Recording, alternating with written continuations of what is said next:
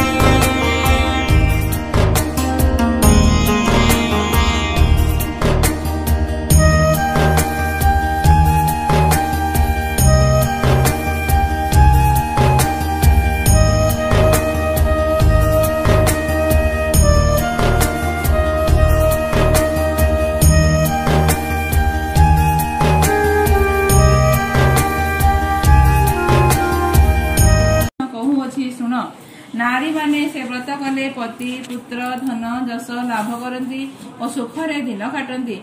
यह शुणी धर्मसूत युधिष्ठिर पचारिले आहे भगवान करुणा सागर से व्रत केउ माने करी कि फल पाइले ताहा मो आगरे कहि संदेह फिटांतु। तहि उतारू श्रीकृष्ण कहले शुण एक समय मद्र देश अश्वपति नाम जड़े पराक्रमशाली वीर्यवान धार्मिक न्यायवंत प्रजापालन राजा थिले। तांकर पत्नी कौशल्या देवी मध्य अति रूपवती सुगुण संपन्ना राणी थिले। राणी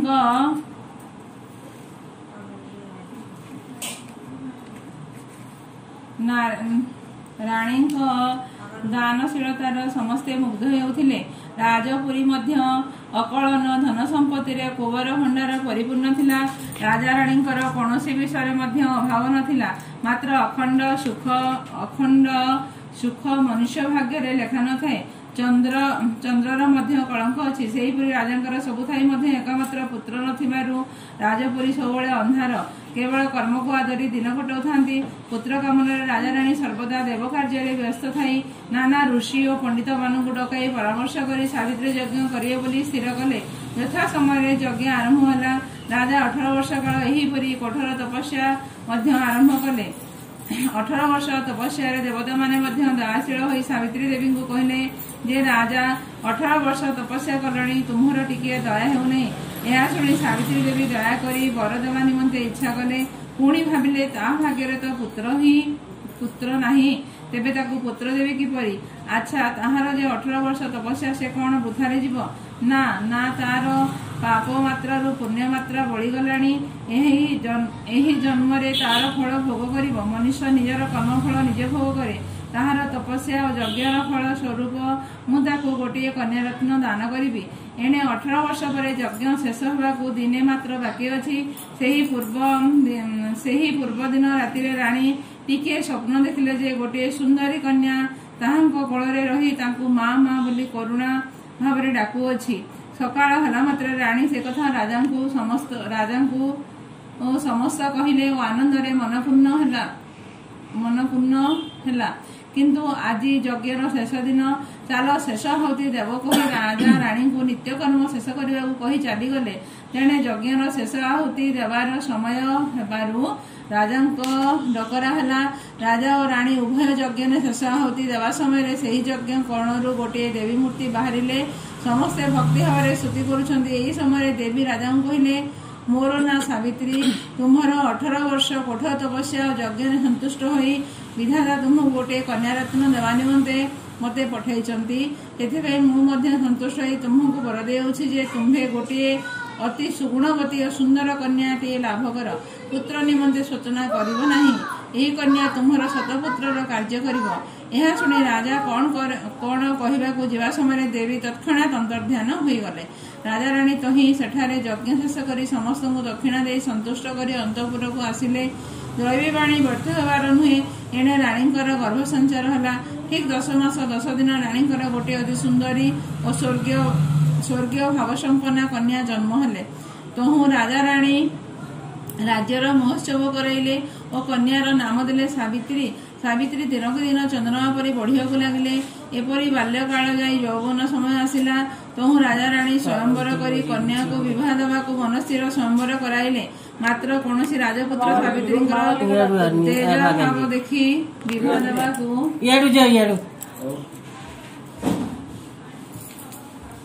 इच्छा न करी गोटी गोटी होई फेरी जावाकू स्वयंवर सभा भांगिला।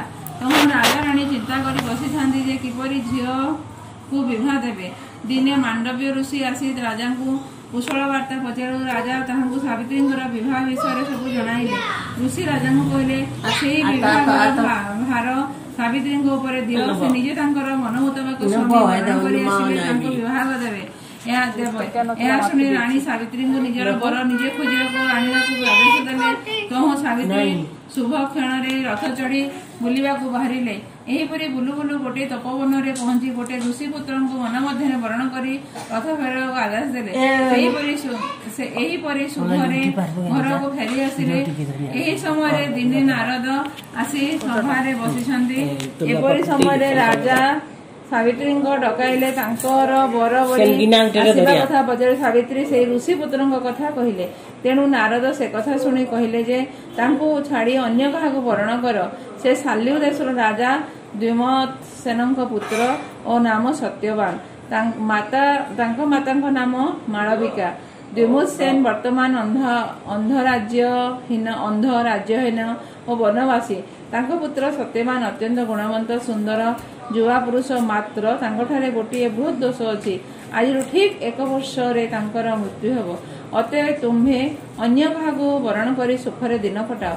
सावित्री यह शुणी बड़ दुखित हेले और कहले जे मु मन मध्य प्रथमे जन को वरण करी अन्य को पुणी वरण करने महापाप और मु असती होई गणा हेबी बोली गणा हेबी। अतएव मु विधवा हेबी पछके अन्य क्या वरण करि नाही। मते क्षमा करंतु। यह शुणी नारद कहले जे सावित्री जहाँ कहउछंती ठीक कथा। से अन्य जन को वरण कले लोके तांको दोचारणी बोलिबे। अतएव तुम्हें सही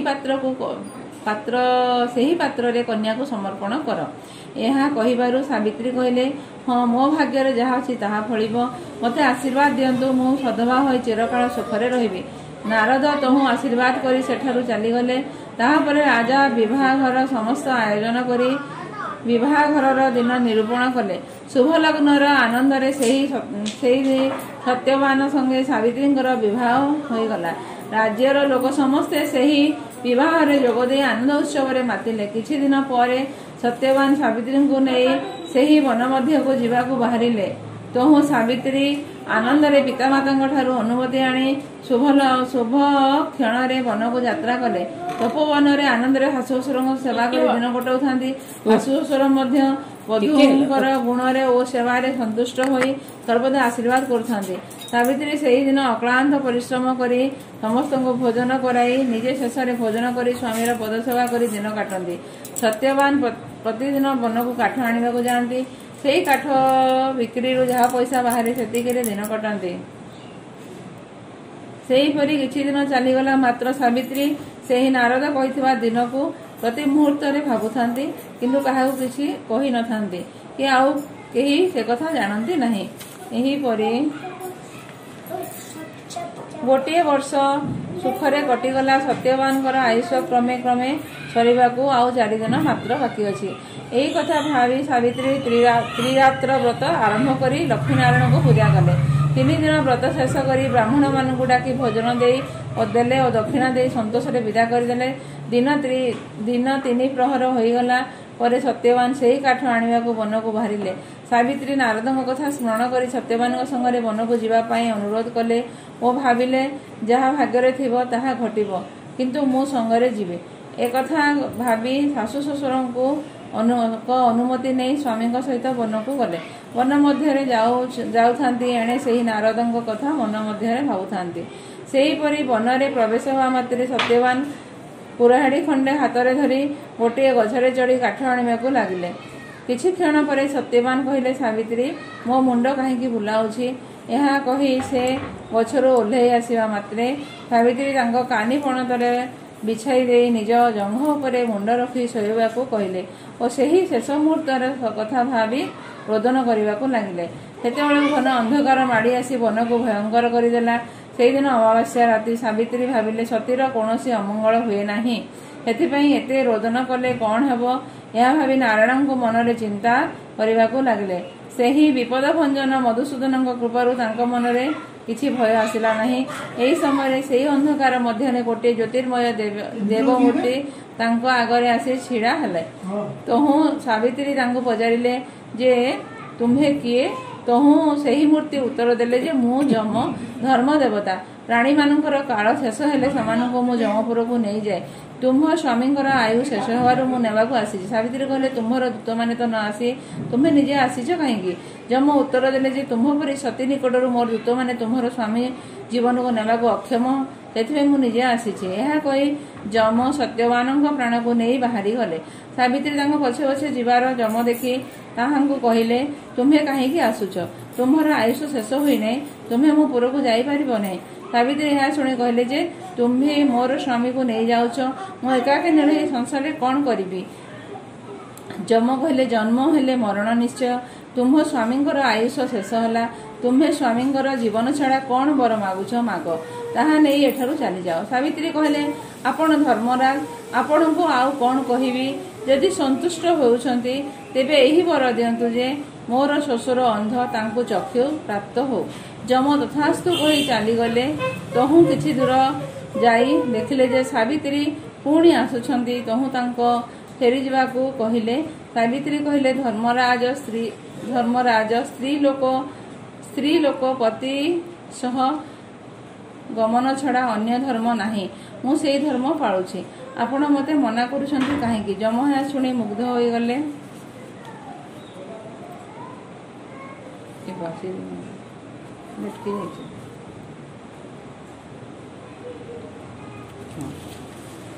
ହୋଇ ତାହାଙ୍କୁ କହିଲେ, ତୁମ୍ଭେ ଆଉ ଗୋଟିଏ ବର ନେଇ ଏଠାରୁ ଚାଲିଯାଅ।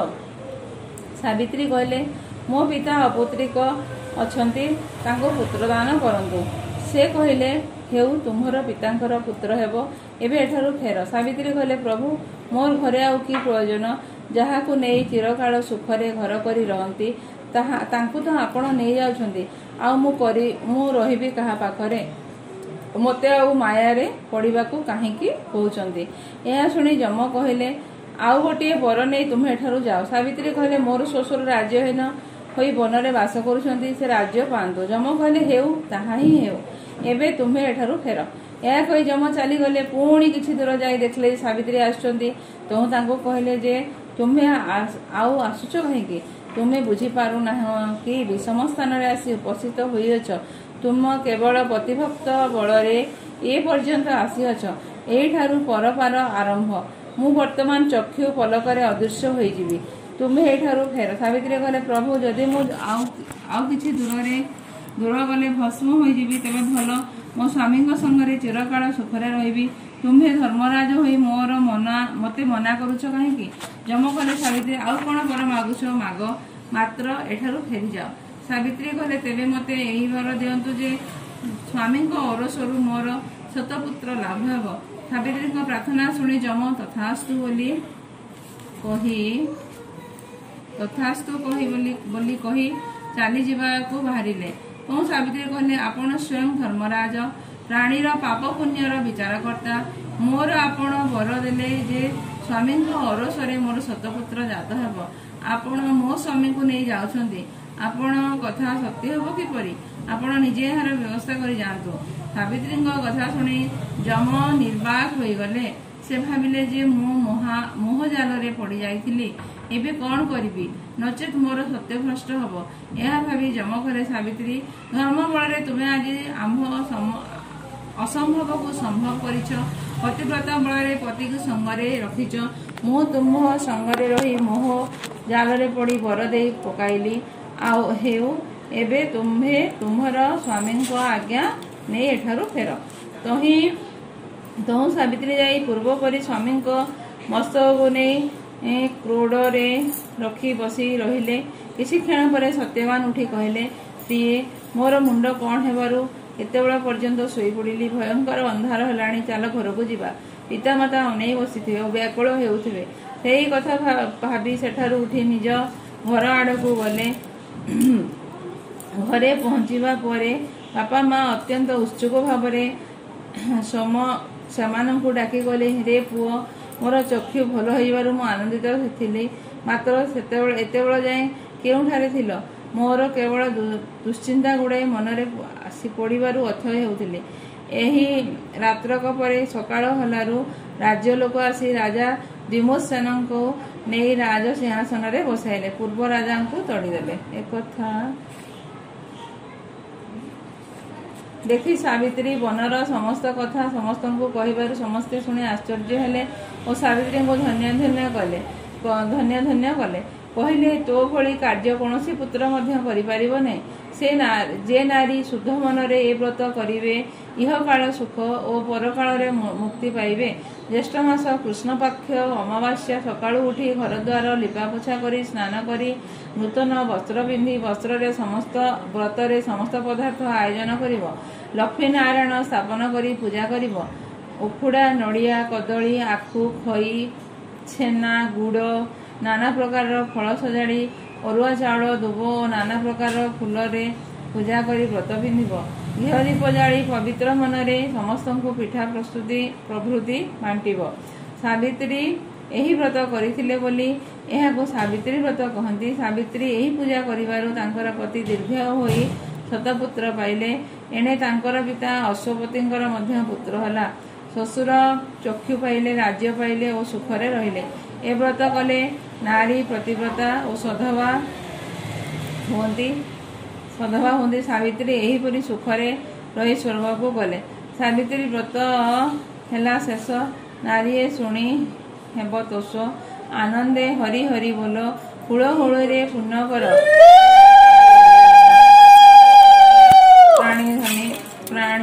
ପ୍ରାଣୀ ଧାନୀ।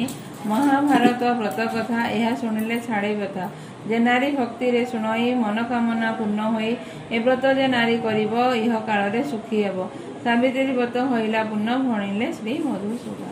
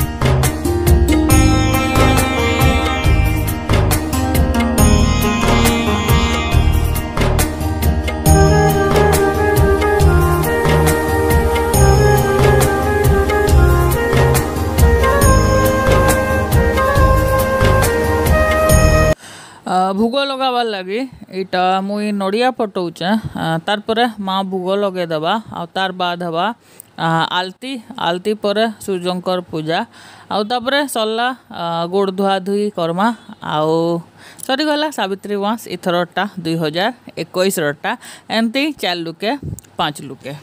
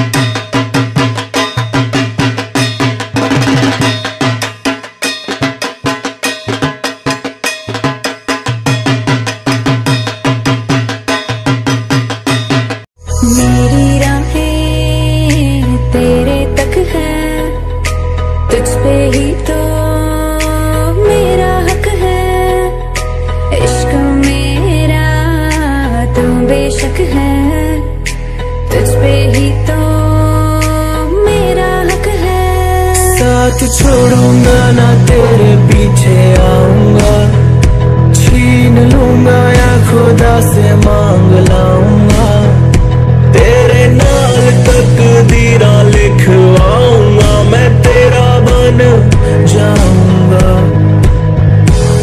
मैं तेरा बन जाऊंगा।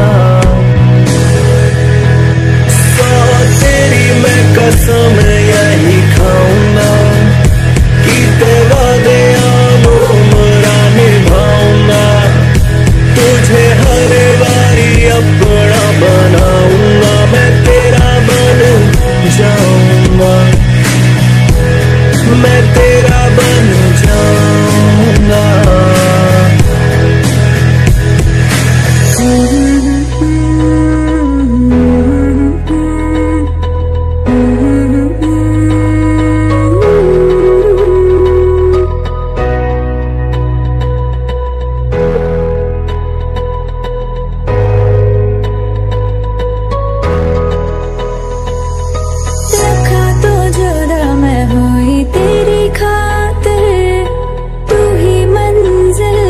दिल तेरा मुसाफिर, रखा तो जुदा मैं हो या तेरी खातिर, तू ही मंजिल दिल तेरा मुसाफिर। रब नू बुला बैठा तेरे करके, मैं हो गया काफिर।